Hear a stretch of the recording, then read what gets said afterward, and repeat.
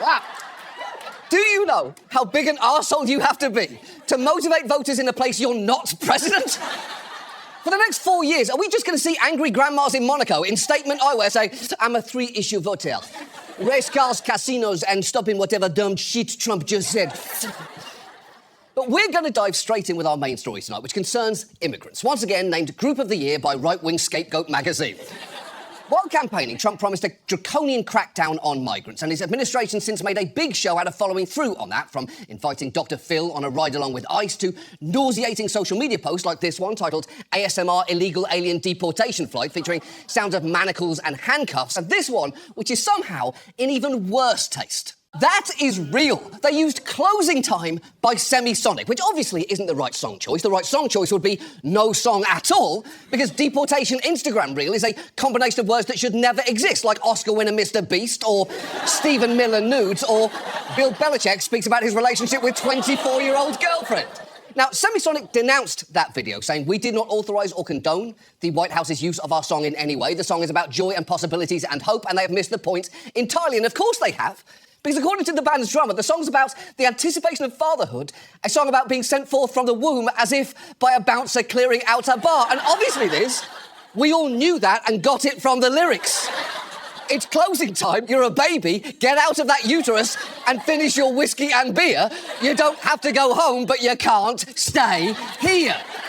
It seems every day brings terrible news concerning deportation policy, some of which has been so surreal, local news has had to run fact checks on it, like in this sponsored segment.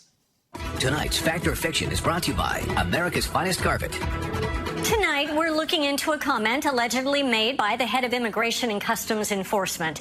A story that you may have seen today claims acting ICE Director Todd Lyons said that he would like the agency to be run like Amazon Prime for human beings. And this is true. Yeah, it is true. And spare a quick thought for that station and its sponsor, America's Finest Carpet.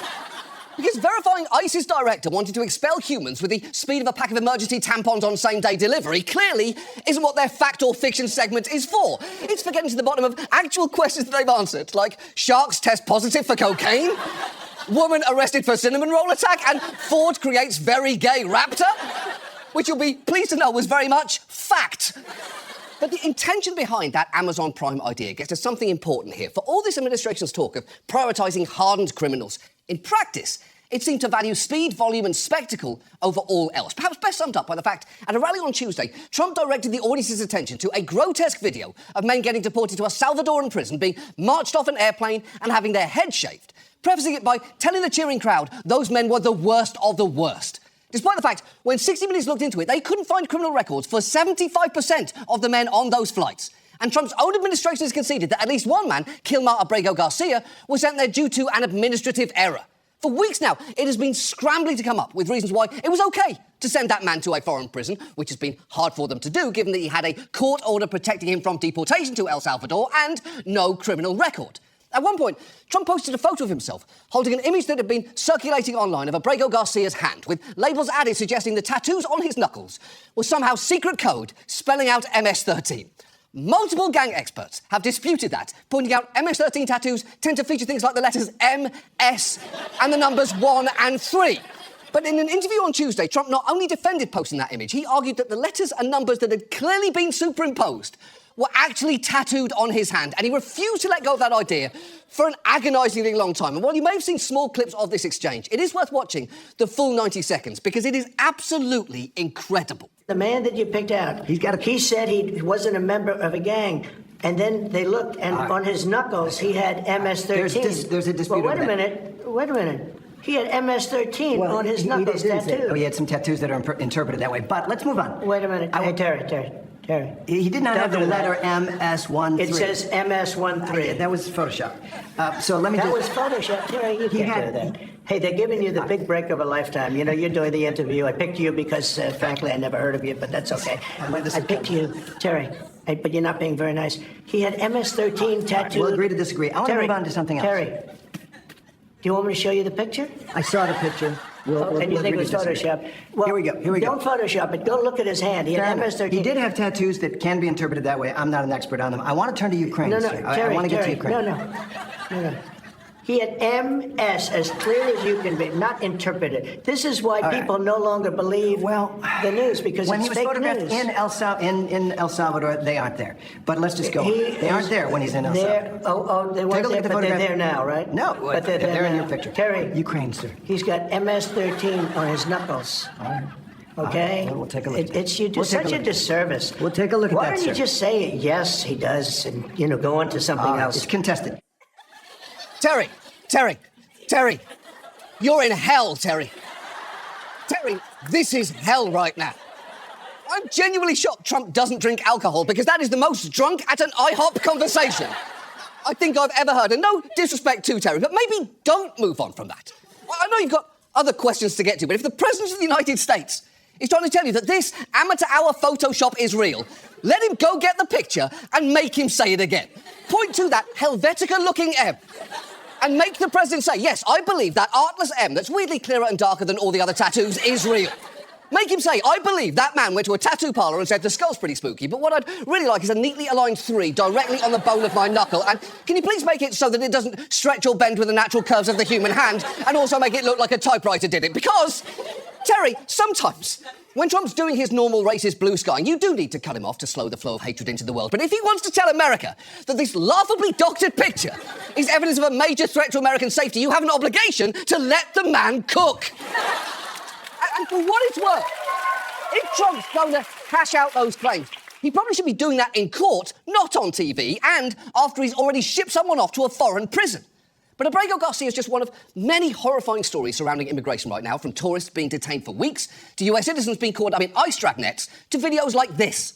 They're trying to do things the right way. We have an asylum process in place. And while it is not perfect, I don't think a key step in it is guy smashes your car with a hammer while screaming someone else's name at you. But that's just the tip of the iceberg here. So given that tonight, let's look at Trump and deportations, the aggression of his administration's crackdowns, its blatant contempt for the law, and where this could be heading. Let's start with the fact Trump's off to a much quicker start than last time around. In its first 100 days, this administration has taken 181 immigration-specific executive actions, a 6-fold increase over that same period in Trump's first term. And that is deliberate. As the head of one anti-immigration group that advises the White House has put it, the plan has been to do everything all at once, everywhere, which sounds less like rational government policy and more like a knockoff DVD sold on the subway. And to do that, they've employed a wide variety of tactics. Sometimes they've gotten creative by looking through old statutes for cheat codes to expedite deportations. We've talked before about how they've tried using an obscure provision of the Immigration and Nationality Act to remove people if the Secretary of State has reasonable ground to believe their presence here would have potentially serious adverse foreign policy consequences. That is the reason they gave for arresting students like Mahmoud Khalil. And while that was clearly a targeted attempt to frighten students out of voicing solidarity with Palestine, they've also taken much broader swings, using a federal database that tracks even the slightest interactions with law enforcement to revoke visas and put thousands of international students in jeopardy. And some of the cases have been truly absurd, like this grad student who was suddenly told he had 15 days to leave the country.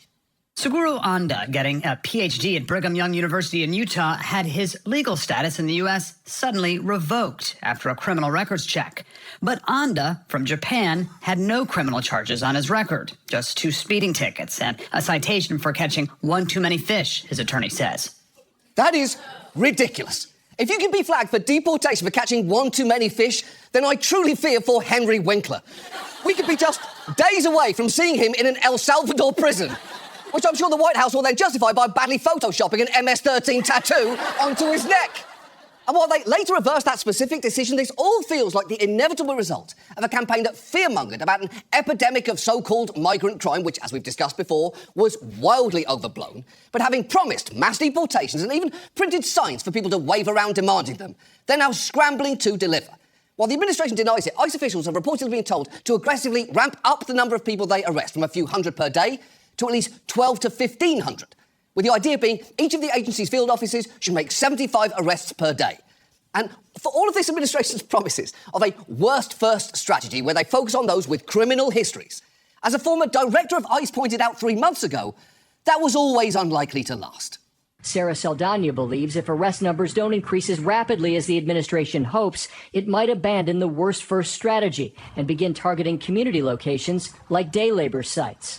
That is really a big concern of mine, because that's not again, a stretch to think that might happen next. If the numbers are not coming through, Let's get the low-hanging fruit.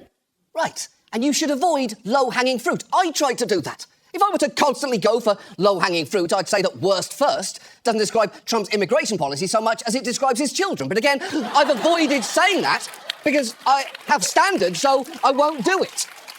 And the administration now seems desperate to scoop anyone up. Police in places like upstate New York have been stopping Hispanic drivers for minor traffic violations and, if they're undocumented, handing them over to Border Patrol agents. Also, at one point, tens of thousands of people received emails explicitly telling them to please leave the United States immediately. Some of those were sent by mistake to American citizens, while others went to migrants with a legal right to be here. The fact is, what the administration is doing is sometimes targeted, sometimes arbitrary, usually blatantly racist, and always cruel, and sometimes breathtakingly so.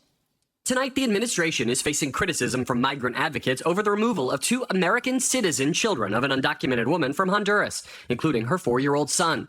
A migrant rights group says he was sent to Honduras without his medication for stage 4 cancer. How is going after families with young kids targeting the worst of the worst?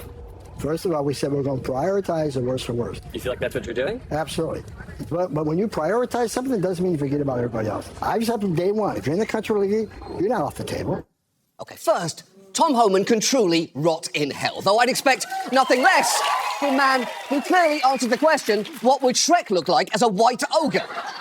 And while the government insists that woman chose to have her son deported with her, her lawyers insist that was not, in fact, the case. And either way, between the government putting that kid on a plane without his medication and the cuts to research at the NIH, it seems this administration's actively coming out pro-paediatric cancer.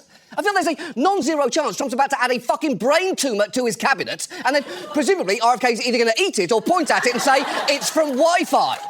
But one of the boldest moves they've made to circumvent due process is invoking what's called the Alien Enemies Act, a 1798 law that allows the president to detain or deport non-citizens without a hearing and based only on their country of birth or citizenship if he decides that an invasion or predatory incursion by that country is underway. It was famously used to justify the internment of Japanese, Italian and German immigrants in World War II. But Trump has now invoked it again, saying it lets us do a lot of the things we wouldn't be able to do. He's issued an absurd proclamation declaring a Venezuelan gang called Tren de Aragua, or TDA, has invaded the United States. And he's used that as a pretext to sweep people up in raids, label them as gang members, and deport them. Some have been shipped off to Socot, a notorious mega prison in El Salvador. And if you've only seen it in Trump's propaganda videos or in Kristi Noem's grotesque photo op, it is worth knowing just how grim it is in there. Inmates are assigned to one of 8 sectors, each roughly the size of an airplane hangar, basically prisons within the prison. Once inside, it's said to be a life sentence. They'll never leave their assigned sector. Each sector holds more than 24 large cells, roughly 80 inmates per cell, but that can fluctuate. Inside each cell, toilets, a concrete basin for bathing, and a barrel of drinking water. Several rows of metal bunk beds. No mattresses, no sheets, no privacy. Yeah, it is awful in there. The Salvadoran Justice and Security Minister has even bragged that no one who enters the Socot will ever walk out. They will only be able to leave in a coffin. And you'll only be able to leave in a coffin is a horrifying statement no matter where it is. Even if it was on a sign outside a literal coffin dealership, it'd be a bit much. I get you're just trying to make a sale, but come on, tone it down. And look, sending anyone there is unforgivable, whatever they're accused of. But it's worth noting, we've not only done it without due process, in many cases we've done it without cause. Remember, on those first plane loads, 3/4 of the people had no discernible criminal record. And while Tom Homan has insisted that that doesn't mean anything because a lot of gang members don't have criminal histories, you clearly shouldn't be sending people to a Central American forever dungeon just on vibes. And the government's evidence in some of these cases is just absurdly weak. Take Andre Hernandez Romero, a Venezuelan stylist who was in the middle of seeking asylum in the US to escape persecution for his political views and the fact that he's gay. Time magazine photographed him having his head shaved upon arrival at Socot, with the photographer saying he was crying for his mother. And as his lawyer points out, the evidence the government's shown to justify that is ridiculous. In Andre's case, the only evidence the government presented in immigration court were these pictures of his tattoos. Crowns, which immigration authorities say can be a symbol of Tren de Aragua. The crowns themselves were on top of the names of his parents. The most plausible explanation for that are that his mom and dad are his king and queen. A Department of Homeland Security spokeswoman said on social media that its intelligence assessments go well beyond just gang affiliate tattoos. She said Andre's own social media indicates he is a member of Tren de Aragua. We went back a decade and could only find photos like these. That is utterly infuriating. That is your evidence? What about this man? Screams violent gang member. The only thing I'm actually confident he's a genuine threat to is unaccented cheekbones. And for what it's worth, there are no tattoos that denote membership to TDA. An expert who wrote the book on them has said Venezuelan gangs are not identified by tattoos. But apparently the Trump administration's been relying on an alien enemy validation guide, specifically its scoring system, under which 8 points are required for any individual to be identified as a member of Tren de Aragua. But that is not a high bar, as you can get 4 points simply for having tattoos denoting membership or loyalty to TDA, which again is not a thing, and 4 points if you display logos or dress known to indicate allegiance to TDA, which can be as simple as being dressed in high-end urban streetwear, especially basketball jerseys from the Chicago Bulls. But that is clearly bullshit, because if that is all it takes, then 75% of the city of Chicago are TDA from October to April, and somehow it gets even dumber.